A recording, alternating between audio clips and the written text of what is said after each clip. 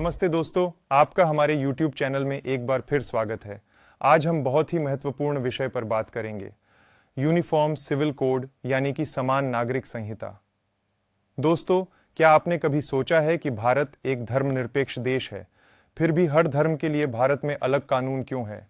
दोस्तों, सोचिए कैसा होगा अगर शादी, तलाक, विरासत, बच्चा गोद लेने जैसे निजी मामलों पर पूरे भारत में एक ही कानून लागू हो। यही सपना है समान नागरिक संहिता यूसीसी का। मगर क्या सपना हकीकत बन सकता है? आइए गहराई में उतरें। दूसरे शब्दों में, अलग अलग पंथों के लिए अलग अलग सिविल कानून न होना ही समान नागरिक संहिता की मूल भावना है।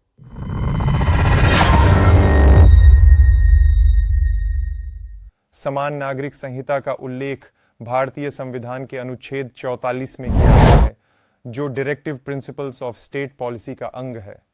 अनुच्छेद 44 में कहा गया है कि राज्य भारत के समस्त राज्य क्षेत्र में नागरिकों के लिए एक समान सिविल संहिता प्राप्त कराने का प्रयास करेगा।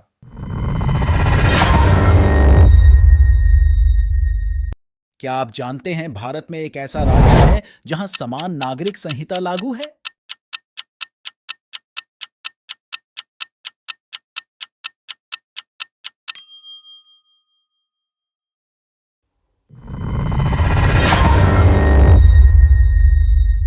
वर्तमान में न केवल मुस्लिम बल्कि हिंदू, जैन, बौद्ध, सिख, पारसी और यहूदी भी अपने पर्सनल लॉ द्वारा शासित होते हैं। मानो धर्मों के बीच कानून की दीवारें खींच दी गई हों। हिंदू कानून में तलाक एक जटिल प्रक्रिया है, जबकि अन्य धर्मों में यह अपेक्षाकृत आसान। विरासत के अधिकारों में भी भेदभाव है। क्या यह समानता और राष्ट्रीय एकता का रास्ता है? यूसीसी का लक्ष्य है सभी के लिए समान कानून, समान अधिकार। समर्थकों का मानना है इससे महिलाओं के हितों की रक्षा होगी, सामाजिक भेदभाव कम होगा और राष्ट्रीय एकता मजबूत होगी। मानो एक झंडा सबको एक सूत्र में पिरो देगा।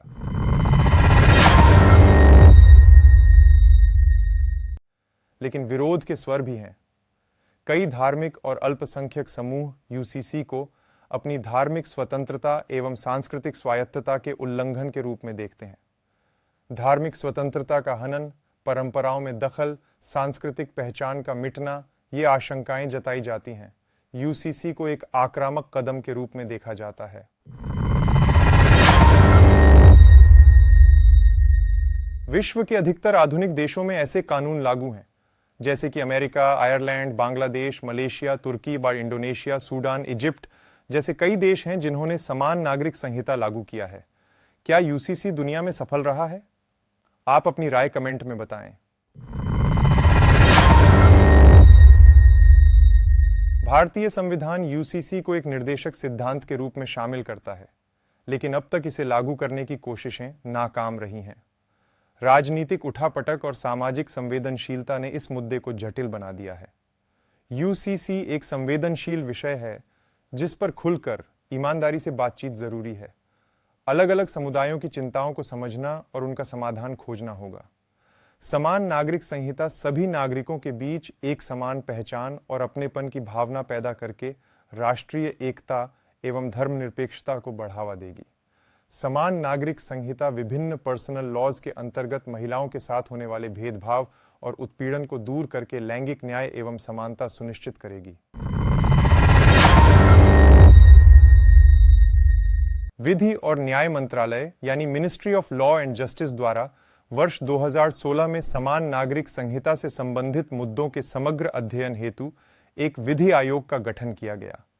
विधि आयोग ने कहा कि समान नागरिक संहिता का मुद्दा मूल अधिकारों के तहत अनुच्छेद 14 और 25 के बीच कॉन्फ्लिक्ट से प्रभावित है। दोस्तों, समान नागरिक संहिता भारत के भविष्य का एक अहम सवाल है। क्या एक समान कानून राष्ट्रीय एकता को मजबूत कर सकता है या इससे सांस्कृतिक विविधता का नुकसान होगा? आपकी क्या राय है? आइए मिलकर सोचें, बातचीत करें और भविष्य की राह बनाएं। वीडियो को लाइक करना ना भूलें और चैनल को सब्सक्राइब करें।